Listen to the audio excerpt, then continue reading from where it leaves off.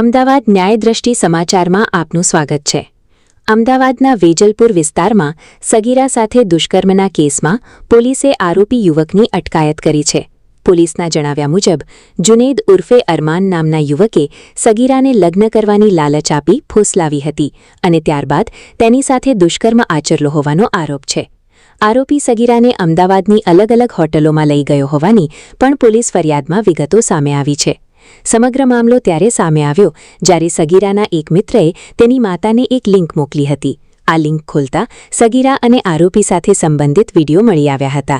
આ મામલે વેજલપુર પોલીસ સ્ટેશનમાં આરોપી વિરુદ્ધ પોક્સો એક્ટ અને બળાત્કારની કલમો હેઠળ ગુનો નોંધવામાં આવ્યો છે।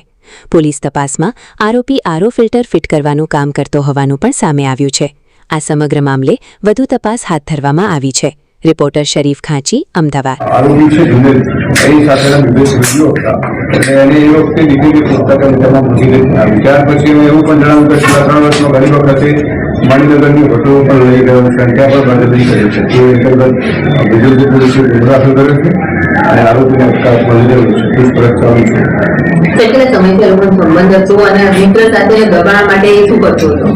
3 વર્ષથી આપણે જણાવ્યું પ્રમાણે એને સંબંધ હતો અને હવે એક પોતે ગુપ્ત પરનો જે વિડીયો હતો એ વિડીયો વાયરલ કરવાનું ડર આપ્યું અને એના મિત્ર સાથે સંબંધ કરતો અત્યારે પછી એવું જણાવ્યું છે પણ તપાસમાં સાચું કામ કરશે। બની કેવી રીતે મળ્યા? આરોપીનો બેકગ્રાઉન્ડ શું છે? બંને આરોપી છે એ હોટલ ફિલ્ટરનું જે કામ કરતો હોય એ પ્રકારનું કામ કરે છે અને બંને નજીકમાં રહે છે। આરોપીને એના કારણે આ ફરિયાદી જ્યારે એકલા હતા અને દીકરી જ્યારે એકલા હતા એ વખતે ઘરમાં ઘૂસી ગયો અને એને બળજબરીથી લગ્નની લાલચ આપી દીકરો બળાત્કાર કર્યો।